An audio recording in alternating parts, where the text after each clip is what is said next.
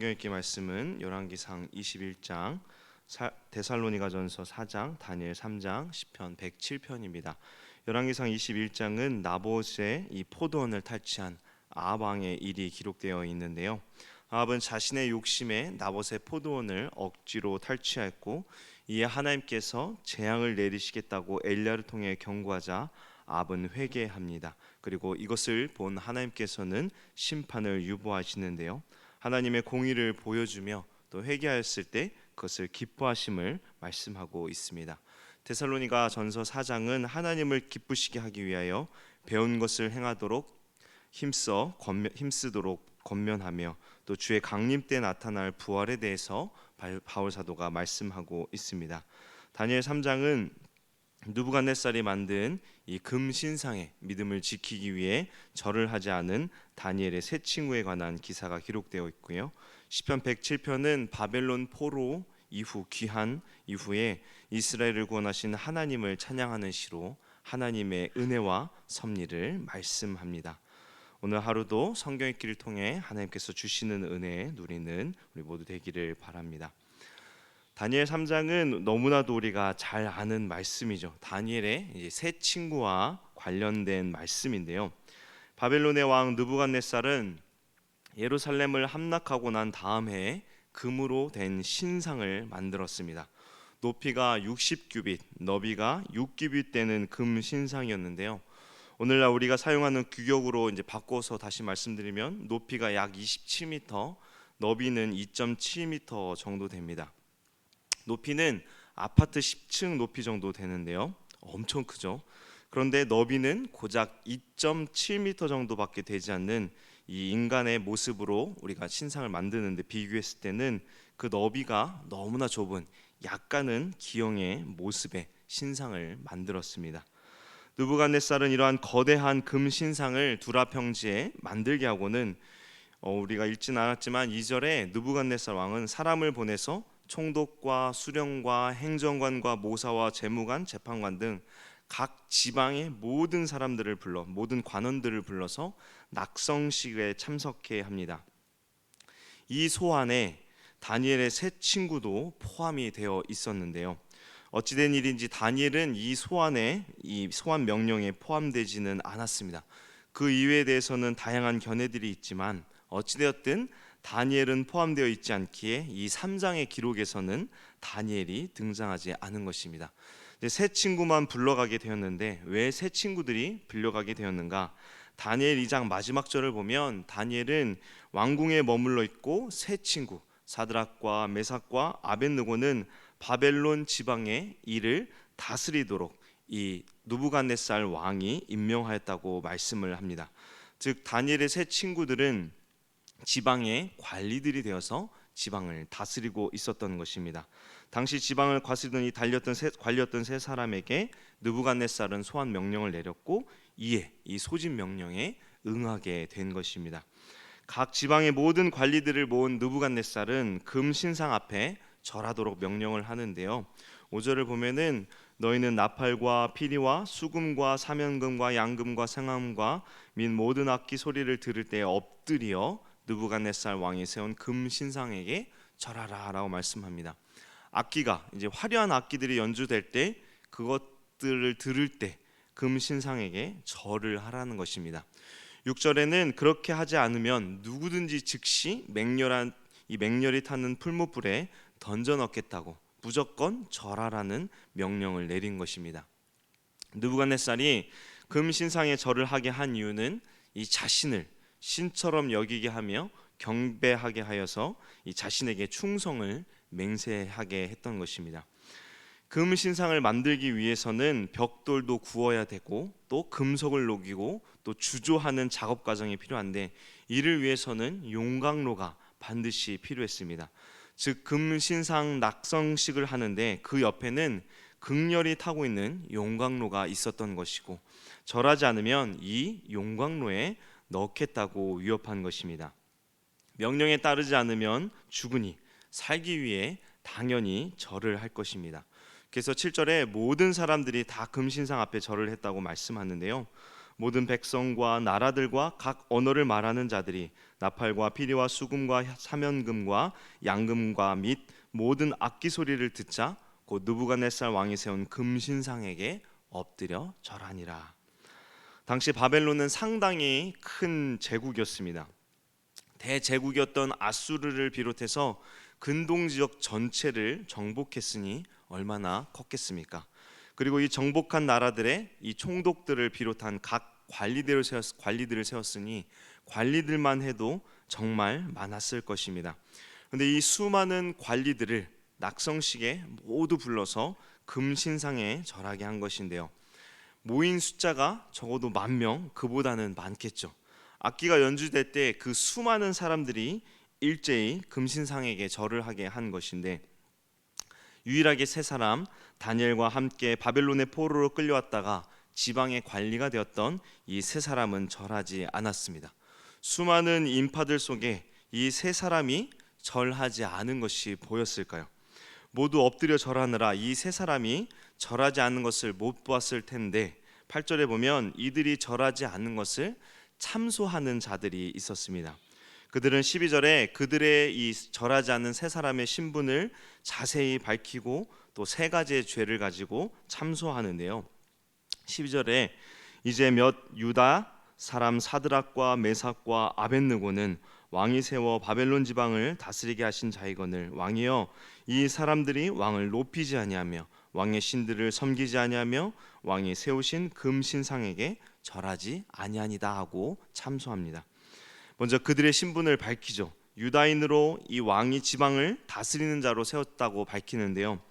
이 멸시받는 포로임에도 왕이 그들을 이 관원으로 세웠는데 왕의 총애를 받으면서도 감히 왕의 명령에 거역한 배은 망덕한 자들임을 부각시키는 것입니다.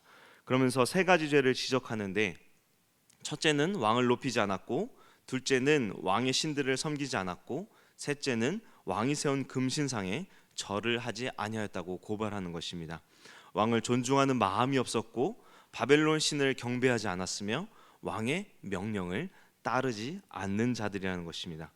느부갓네살은 이 참소자들의 말을 듣고 분노하며 세 사람을 끌고 오라고 하죠. 왕은 그들에게 참소자들의 고발이 사실인지를 확인합니다. 그리고 사실 여부를 떠나 다시 한번 기회를 주는데요. 15절에 보면 이제라도 너희가 준비하였다가 나팔과 피리와 수금과 사면금과 양금과 생황과 및 모든 악기 소리를 들을 때 내가 만든 신상 앞에 엎드려 절하면 좋거니와, 너희가 만일 절하지 아니하면 즉시 너희를 맹렬히 타는 풀무불 가운데 던져 넣을 것이니 능히 너희를 내 손에서 건져낼 신이 누구이겠느냐라고 말합니다. 느부갓네살은 새 유다인의 이 능력을 잘 알고 있었을 것입니다. 그러니 그들을 잃는다는 것은 너무나도 안타까운 일이었기에 이 참소자들의 고발은 눈 감아줄 테니 이제라도 절을 하면 용서해 주겠다고 회유하는 것입니다. 그러면서 능히 너희를 내 손에서 건져낼 신이 누구이겠느냐라고 목숨을 쥐고 있는 자기의 권세를 감히 누가 이기겠느냐고 하나님을 대적하고 경멸하는 말을 합니다. 그러나 세 사람은 어떻게 했어요? 거절을 하죠. 세 사람은 하나님이 계시다면 우리를 풀무불에서 건지시고 왕의 손에서도 건져내실 것이라고 말하면서 동시에 또한 혹시 그렇게 하지 아니하실지라도 하나님이 아닌 우상에게 절을 하지 않겠다고 믿음의 고백을 합니다. 죽음을 무릅쓰고 끝까지 믿음을 지킨 것입니다. 이에 느부갓네살 왕은 분노하여서 이 풀무불을 최고로 뜨겁게 하여 그 가운데로 던지라고 명령을 합니다. 이 불이 얼마나 뜨거웠던지 세 사람을 붙들고 있던 사람이 그 자리에서 타 죽었다고 말씀합니다. 세 사람은 이렇게 뜨거운 불에 던져졌는데 우리가 잘 아는 것과 같이 놀라운 기적이 일어나죠. 뜨거운 불에 세 사람이 타 죽어야 하는데 불 가운데로 다니는 것입니다. 또한 세 사람이 들어갔는데 네 사람이 있다고 합니다. 이를 본 느부갓네살은 놀라 신하들에게 이렇게 말을 하는데요. 25절에 왕이 또 말하여 이르되 내가 보니 결박되지 아니한 네 사람이 불 가운데로 다니는데 상하지도 아니하였고 그 넷째 모양은 신들의 아들과 같도다라고 말합니다. 네 사람이 걷는데 그 넷째 모양이 신들의 아들 같다고 말하는 거죠. 이에 대해 대부분의 학자들과 목회자들은 이제 성육신하기 전에 예수님으로 보는데요. 어찌되었든 하나님께서는 믿음을 지킨 세 사람을 지켜주셨던 것입니다. 능히 너희를 내 손에서 건져낼 신이 누구이겠느냐라는 이 느부갓네살의 교만한 말에 하나님께서 그 교만을 꺾어버린 것입니다. 느부갓네살은 세 사람을 다시 나오게 하였는데 이 세 사람은 불에 전혀 그을린 흔적도 냄새도 없었습니다. 이를 본 느부갓네살은 하나님을 높이고 또 하나님을 경솔히 말하는 자를 그 몸을 쪼개고 그 집을 거름터로 삼도록 엄벌하겠다고 조서를 내리고 그리고 사드락과 메삭과 아벳느고를 지방에서 더욱 높였다고 말씀합니다.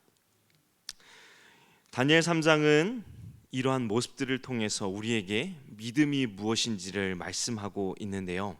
믿음은 하나님에 대한 전적인 신뢰입니다. 그것이 비록 원하지 않는 결과를 안겨다 준다고 할지라도 하나님에 대한 신뢰를 저버리지 않는 것, 이것이 믿음이며 다니엘의 세 친구들은 이 믿음을 죽음 앞에서도 끝까지 지킨 자들입니다. 그들은 이렇게 고백했습니다. 하나님께서 살아계시다면 능히 구원해 주실 것이다. 그러나 그렇게 하지 아니하실지라도 그들은 그들이 믿는 믿음을 지키겠다라고 고백합니다. 이 고백은 하나님은 능히 느부갓네살의 손에서 건져내실 수 있으신 분이심을 믿는 것과 동시에 그렇게 하지 않으셔도 그건 역시 하나님의 선하신 뜻임을 믿는 것입니다. 즉 믿음은 하나님의 주권을 인정하며 하나님의 행하심에 대한 결과가 어떠하든지 그것을 인정하고 순종하는 것입니다.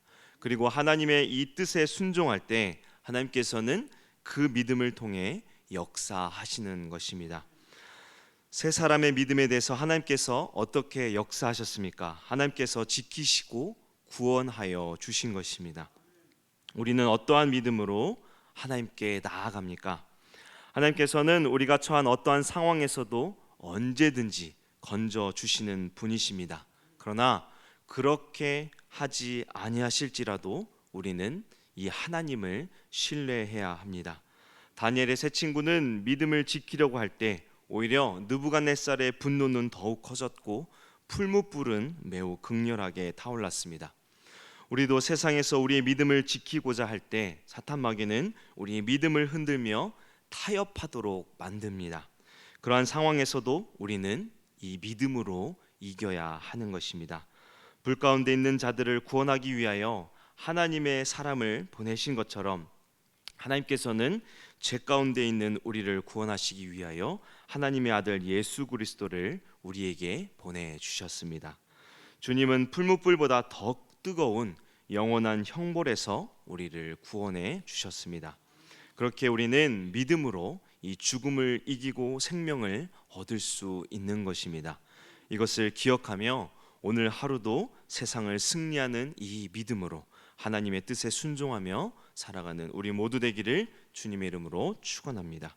함께 기도하겠습니다. 우리의 참 소망 되신 주님, 다니엘 3장을 통해 참 믿음이 무엇인지를 보았습니다. 그렇게 하지 아니하실지라도 우리가 하나님을 온전히 믿는 믿음의 사람들 되게 하여 주옵소서. 어떠한 상황에서도 하나님의 주권을 인정하며 하나님의 뜻에 순종하는 주의 백성들 되기를 원합니다.